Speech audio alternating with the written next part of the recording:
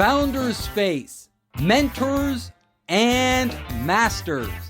I'm Captain Hoff, CEO of Founders Space, the leading global startup accelerator. I'm also author of the award-winning books, Make Elephants Fly, Surviving a Startup, and The 5 Forces. I am excited to say that today we have Chala Dincoy, CEO of the Repositioning Expert. She is an author. Her book is called Gentle Marketing, and she is a marketing strategist. And I have a huge respect for what she's done. She has amazing insights. She's also worked with some of the biggest brands out there on their messaging and positioning. These include Pepsi, Frito Lay, Pizza Hut, you name it, she's been there. Chala, welcome to the show. And can you tell us a little about your background? Well, thank you for having me. I love this energy that you're doing. You know, this is like the Zoom kind of energy because you got to do like the upper half. I love it. I love it like this, right? We're going to do that. Absolutely. I'm a high energy guy. People know that. But I love even the still photos like that. That's awesome. You've taught me something already, Steve. I don't know. We want to tap your brain. Give us a one sentence or two sentences about your background that we don't know. All right. Well, I used to sell cemetery property when I was a student. That's probably something nobody really knows. And, but that's not where it started. Okay. Let me just. Oh my God. If you can sell cemetery property, you can sell anything. Exactly. You know, when my clients tell me, Steve, oh, it's so hard to pick up the phone. I'm like, I sold cemetery property when I was a teenager. Don't tell me that. Yeah. So today, what I do for a living after 18 years of working for all those big brands that you talked about, I'm an elevator pitch coach. So I actually have another podcast that you didn't even come on. It's called Polish My Pitch. And I go to these enormous, ginormous, before COVID, matchmaking events between B2B businesses. And they would be like business orgies where people are just, you know, pitching and pitching and pitching and pitching. So that's where I, you know, started to hone in on what I now call my super niche. And that's what I teach people is how do you position yourself into the gap in the market around this super niche for a very specific problem that you solve, very expensive problem that you solve for a very specific group of people. And how do you position yourself, which is why I'm called the repositioning expert.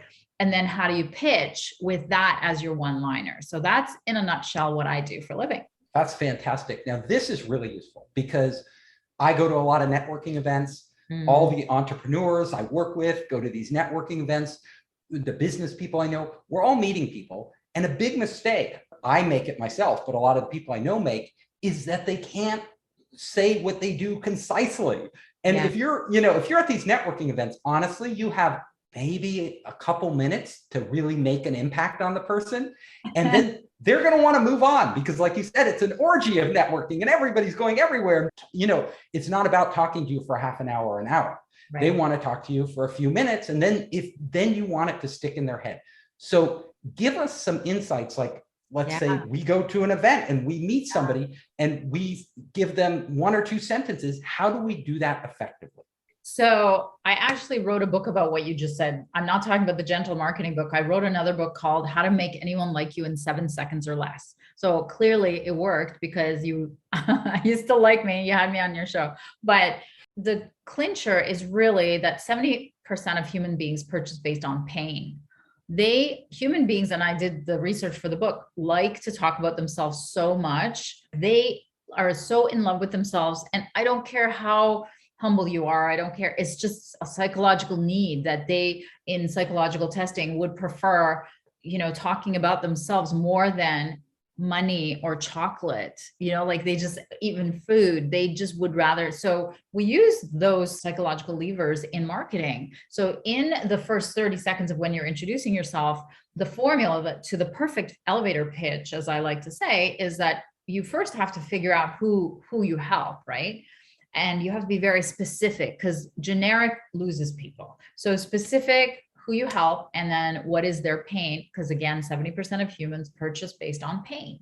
And biologically wired to look for danger all the time. So when you're talking about something that's dangerous to them, which is their pain, it's something they're struggling with, they're losing money or sleep over, and all of a sudden there's this woman talking or man talking in front of you about exactly what you're, wrestling with day in, day out, and they're saying that they're an expert in the solution, they're like, can I have your card? Can we have a meeting? That is what I do for a living, is I help people get to, every time they open their mouth, it's like, can I have a meeting? That's what we all need, right? Because, we're out there meeting people and we want to do it in a natural way. We don't want to seem salesy or like we're pushing our product on them. So you meet somebody at an event, how can you get to what their pain is so that you can see if it's a match for you quickly? Aha, now you're getting to the tip of the iceberg. So the elevator pitch is actually the tip, right? The underneath, what's below the water, is all the strategy that you don't see, which is what I create. And first of all, you should not be in front of anyone you are not targeting. You should not be at an event where 70% or more of your actual target market is not hanging out. Therefore, you should not be opening your mouth and doing that elevator speech to anybody other than your target. And if you are, you might as well just compliment their hair and move on, or ask where the bathrooms are, or where the food is, because it's not for you. That's not for them. So that's the first mental hurdle that people have to get over, is that you have to, in order to grow, you need to shrink your focus. So then once you're in front of the right person, then you have studied them to death. I mean, that's what we do. The strategy is, of course, not only have you studied their problem, but you're becoming an expert. You've become an expert, and your content proves that you're an expert in their problem. So as soon as you open your mouth in front of the person that you've studied for all this time and have created content and have interviewed and have worked with and have helped, of course, they're going to know that you can help them and they're going to trust you. And that's what it's all about. Great. So this will work for anybody out there with a business. When you're out there, you're meeting people, start with the pain. Like, where are they in pain? Exactly. Articulate that, tell them how you solve that pain. They will remember you. Exactly. Okay, perfect. Thank you. So can you give us some examples of how you've transformed businesses in the past? What's happened? I'll give you an IT company that I love, where I loved working with. They came to me because they were losing, it was several $1 million they were losing because they were losing a client. And we very quickly, through this research process that I've developed while I was launching new products at Pepsi, Pizza Hut, Frito Lay, we found them a super niche of helping healthcare call centers reduce the call wait time. I don't know if you've had to call a hospital lately, but apparently people are literally dying on the phone.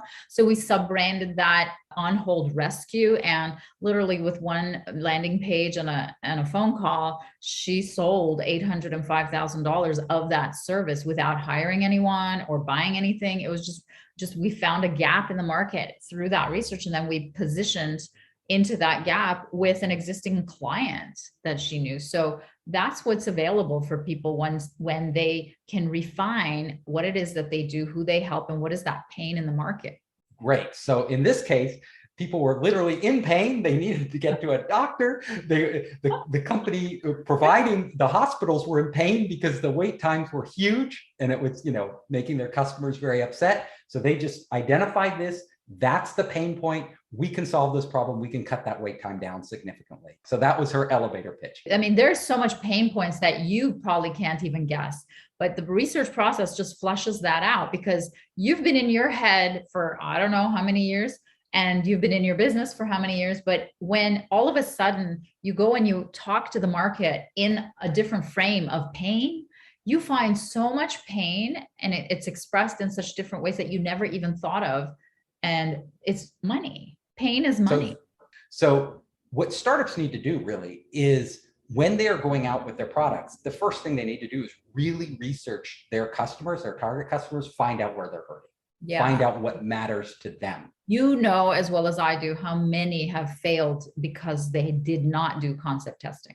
Yes, I know. I tell them, you got to fully engage with your customers at the very earliest point, because if you're building something that they don't absolutely need, like you said, they're not in critical pain, then you're building the wrong product.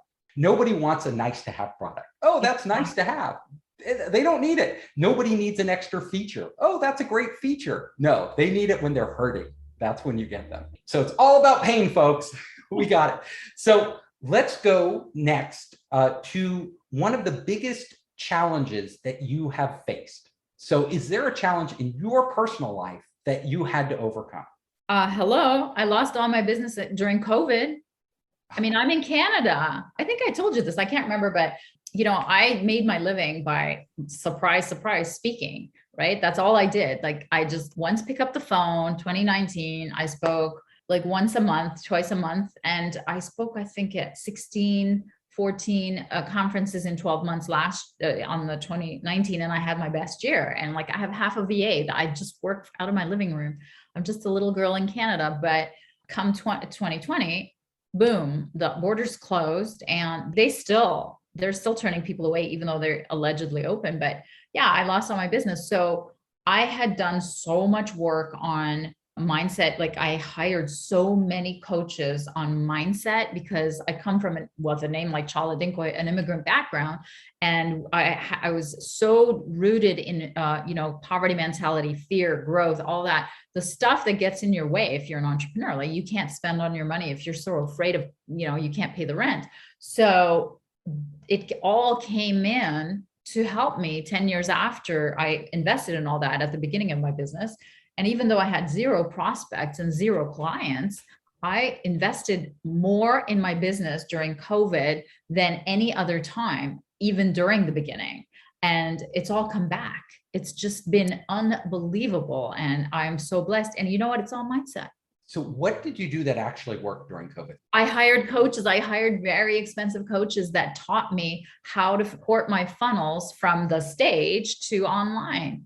I hired a team in Kenya who does my LinkedIn marketing. Today, I hired another guy who's setting up a whole other, funnel chain for me. And it's just like, it's all virtual. So tell us, because this is interesting. A lot of my entrepreneurs out there are hurting because of COVID, like you. Yeah. Like a lot of them relied on in-person meetings. Like that's how they sold. That's how they made the connections. That was you. And then all of a sudden they're cut off from that. They have to do everything online. And it's, it's hard to make those connections online. What worked for you?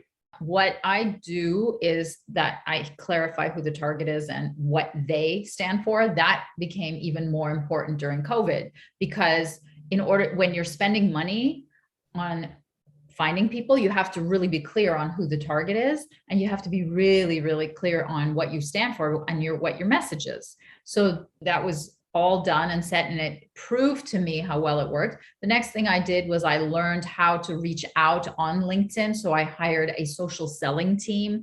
And again, like I've hired from different countries because they're so much better at it. And they're so affordable. Give us some real stuff. So what works on LinkedIn? Like, how do you reach out to people and actually get them to respond, not just ignore your cold contact on LinkedIn? It's all about messaging. Right? It's all about your message and it's all about knowing their pain. So it's all pain-based messaging. And then once you invite them to events that you're running around their pain, then they're sold.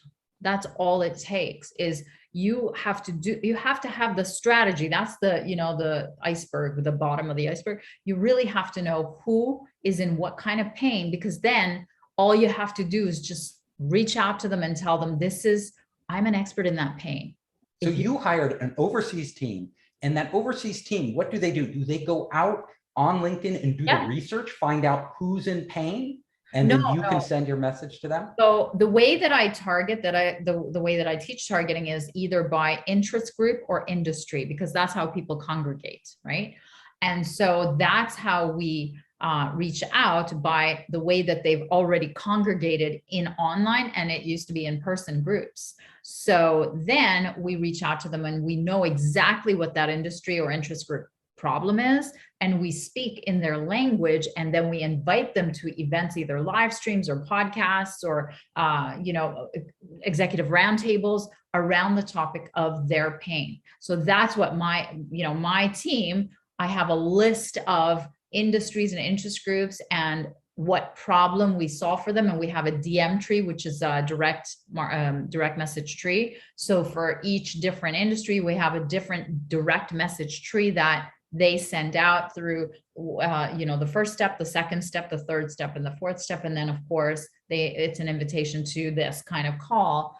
And then we get to know each other. And then once you get to know each other, then they have more trust. They like you if they do. And then you can tell them how you can help them. And marketing has become a huge need. I'm sure you know this. When you get them into the event or the call or whatever, is it a group thing or do you prefer to do one-on-one? So for the podcast, I have a podcast funnel. I've got 3 podcasts. It's one-on-one, but I do regularly every 2 months. I do a masterclass, and I'm doing one again in September the 30th. And it's a 90-minute with as many people as I can, where we have like up to 200 people showing up, and I polish their pitch. I teach them the step-by-step methodology of how to figure out your target and your niche, and then how to message it. So you're solving people's problems live. More people come to you. They say, hey, I need that. I need what you just did for this other person for me. Wonderful. Now, you said you had an immigrant background, and when you came over here, it was a real struggle when you moved to Canada. Can you talk a little about that and what you learned and went through in the process? Sadly, my parents are the immigrants. I'm the child of immigrants, but I was born in Montreal, so I was born here, but the mindset and the mentality has carried. And I bet you even in my 12-year-old, I'm teaching him things, but I'm trying so hard to be cognizant of what I'm giving him, what I'm passing on to him, because it's learned behavior, it's learned beliefs, and it's limiting beliefs around money. What beliefs were you taught that you found weren't working for you? I have a whole education on this. So the belief that my parents taught me that limited my business growth was you have to have money to spend it. You have to save money. You never lend it. You never borrow it. Salespeople are crooks. And the basic belief was it is extremely hard to make money, and people who are rich are dishonest. I don't even know if there's any other negative. And they were educated. My mom's a lawyer and my dad's an engineer, right? So they were educated from this developing country called Turkey when they immigrated, and I'm 52, so they immigrated more than 50 years ago. But the beliefs were driving me, and they drive us 24/7. Luckily, I have overcome that mentality and hired really, really great mindset coaches. But it's like alcoholism, like you fight it every day. That is so interesting. Our parents program us. They tell us, the worldview, how the world works. And sometimes it's right on, and sometimes it's not. It's actually some old belief that they had, in this case from their old country, that didn't really work in the society we live in. And you had to readjust yourself to actually. Did that happen to you? My father was an academic professor. My mother was an artist, so they weren't business people either. So really, I was not given the business background that I needed. I had to learn it all, like you. Now, I wasn't given negatives. Like it wasn't as extreme as your case, but I really wasn't educated at all. Like it wasn't like I could look at my parents and emulate them. It's tough. So I think a lot of people come from that, but like you've proven, like I've proven, if you work on it, it doesn't hold you back. Yeah. Now, before we wrap up, I would like you to tell us the most valuable advice you've ever received. I don't know if it's the most valuable, but I certainly like it. It's the shorter time it takes to tell people what you do, the more money you make. Interesting. Yes, there is a truth to that. I always tell startups, if you can't explain what your business does in one sentence, you probably don't have a great business. Because if it takes you 15 minutes to explain what your business does, I'm sorry, it's going to be really hard for you to sell people. Most great businesses, you just look at them, look at their branding, look at their tagline, you know what they do. So let's wrap up.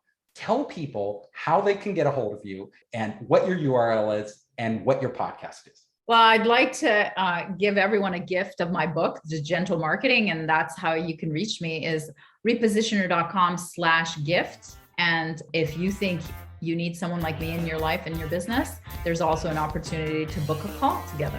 I hope you enjoyed the show. If you liked it, hit the subscribe button and share it with your friends. You can help us create more great content by subscribing and sharing. Also, if you want to access our online startup program, our investor network, and our entrepreneur resources. Just come to founderspace.com.